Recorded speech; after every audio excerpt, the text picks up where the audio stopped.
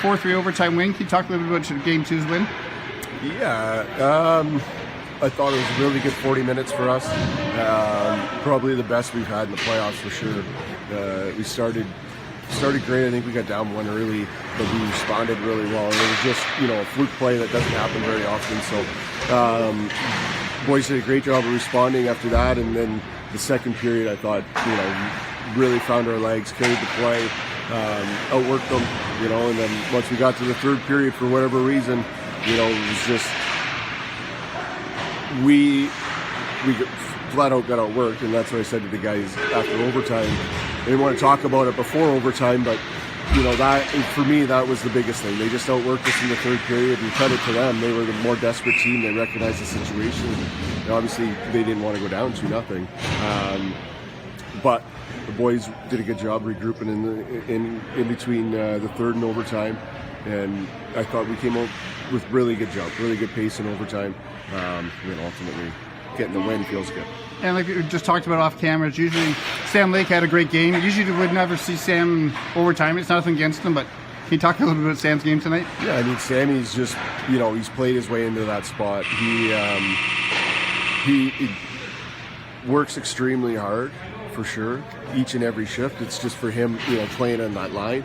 He can be a really effective player for us, getting in the opponent's face and getting under their skin and everything else, but there's a fine line there. And for the last, I guess, it's probably going on 8 games now, he's found a really, he's been able to toe that line really well, and it makes him a really effective player because he's quick on the forecheck, he's hard on his stick, he's hard on pucks, and he's hard to play against. So happy to see that he's finding some success here. And something I talked to Doug the Prod after the game also, and going over to across the river, now that the bridge is open, fans can go. Yep. What's it going to be like 1,100 people Game 3, like when it comes to your guys and playing? Yeah, I mean, I've never been in that building with that many people, but I'm anticipating a really good atmosphere, which is great. I'm excited for the boys to experience that for sure. Obviously, we're on the other end of it, but still, just to feel the energy in a building like that with that number of people, it's exciting, and it definitely gets the blood flowing. So it should be an exciting game. You got one day before you go over there. What do you guys need to work on a little bit to get that win in Game 3? Comfort. Yeah, I mean, for us, it's more of the same, making sure that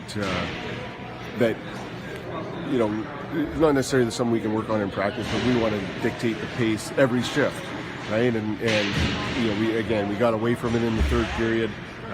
So there's some things that we can go over with video in terms of our structure, some things for the guys, reminders that will help them play, a little bit more loose and allow them to play with the pace that we need. The Eagles, they're fast hockey club, and they throw everything at you. If they're going up the ice, they've got 4 or 5 guys joining that rush. So, again, just for us, just matching that intensity and making sure that we ramp it up. And again, their coach mentioned, Doug, he mentioned about Coop Foster. They need to shut him down a little bit. Not that you want to tell any secrets. What's up with how do you just... Yeah, I mean, it makes sense. Of course, they're going to zero in on him. Coop's a real special player in our league for sure. I think for Coop, he does a really good job of making players around him better.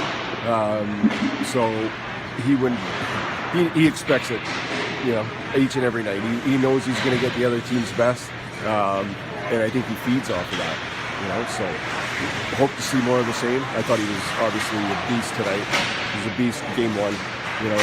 He's setting the pace for us and leading the way.